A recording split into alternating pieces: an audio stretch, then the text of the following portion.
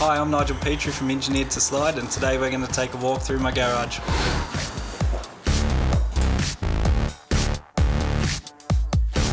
Alright, welcome inside my garage. First up we're going to look at my competition car, which is a 180SX, built up over the last 3 years.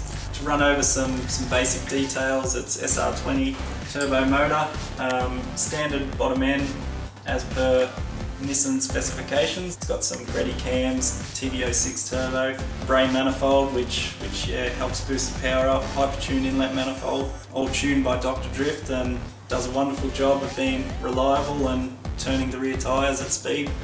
Right, moving on to the outside, the height that I've got the car at, which is always ultra low, I've developed my own lower control arm, my own steering knuckle, which gives me more steering angle and speed through the turns. You want to sort of make the wheel actually be able to roll at this height as well, so I've cut out all the inner guards, just sort of made room for the wheel to get a lot of lock. Rolling stock, Volk TE37 17x9 plus 15 up front. The lower control arm's actually about 30mm longer than normal, so it's got quite the aggressive look to the front.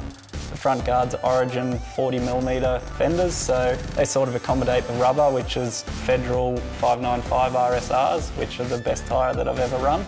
Inside we've got a few additions. It's a big sea of red in here. We've got Bride fixed back seats which hold me in place nice and firmly. Nardi wheel, which is sort of the drift necessity. Got a hydraulic handbrake which I can sort of yank on when I need to. Gauges tell me what's going on. Shifter is relocated. It's an RB25 gearbox, so I had to sort of pull the shifter back to make it work properly. Standard dash, Bride trimmed doors. The roll cage I fabricated myself. It's a 6-point half cage with door intrusions. Keep me nice and safe for those competitors coming through my side door. So it's not over the top in here, but it's enough to get the job done and still be comfortable doing it.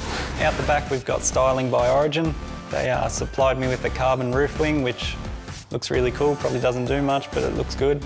Got the original Type X rear wing, gives the car a good look. Origin 50mm over fenders, cover the extra width from the wheels. Aggressive body kit all round, looks really good, supplied by Savannah Motorsport. The wheels are TE37s again, in 18x10.5 plus 22 with 25mm spaces. Underneath the car, the rear end's all been modified. I modified a rear cradle to sit up higher, so the arms all level out and work better at the height the car's at. In the back we've got my roll cage, which I talked about before. One interesting little feature, I machined up new strut tops for the rear, just so I could run regular coilovers, which are Teen Winding Way Drift Spec HAs. They're pretty old, but they work well and the car sits low and everything seems to be in the range where it all works. Fuel filler, you might have noticed, isn't on the side of the car like usual.